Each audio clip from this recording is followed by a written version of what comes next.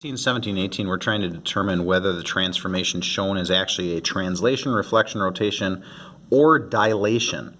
Okay, so let's just take a look at these one at a time. Number 16, I've got two triangles. They look to be about the same shape. If they are exactly the same shape and congruent, we know they can't be a dilation, right? So we've got a side of 2 that matches a side of 2. We've got a side of 3 that matches a side of 3. I could put tick marks on there if I wanted to. And then that hypotenuse that is the same length in both as well. Okay, so we can rule out the idea that this is a dilation. To me, it looks like this is going to be a translation, or excuse me, a rotation about the origin.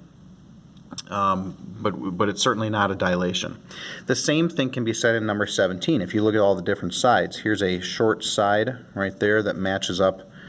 Just goes from one corner to another corner of a unit block. Here's another one in here that matches with that. Here we've got this segment here, which matches this segment here, this one over here, and so on.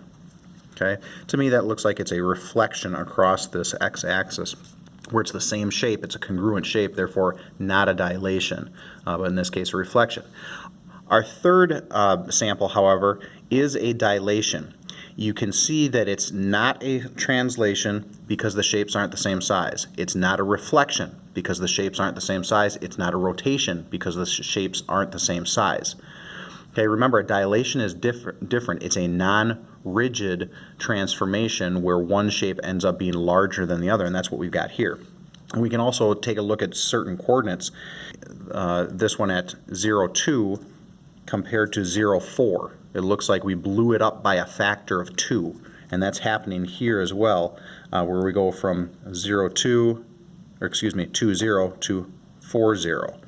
And down here at negative 2 to negative 4, or on this side, it looks like negative 1.5, excuse me, to negative 3. So we can even tell that this is a scale factor of 2. But this is a dilation where one image is larger than the other.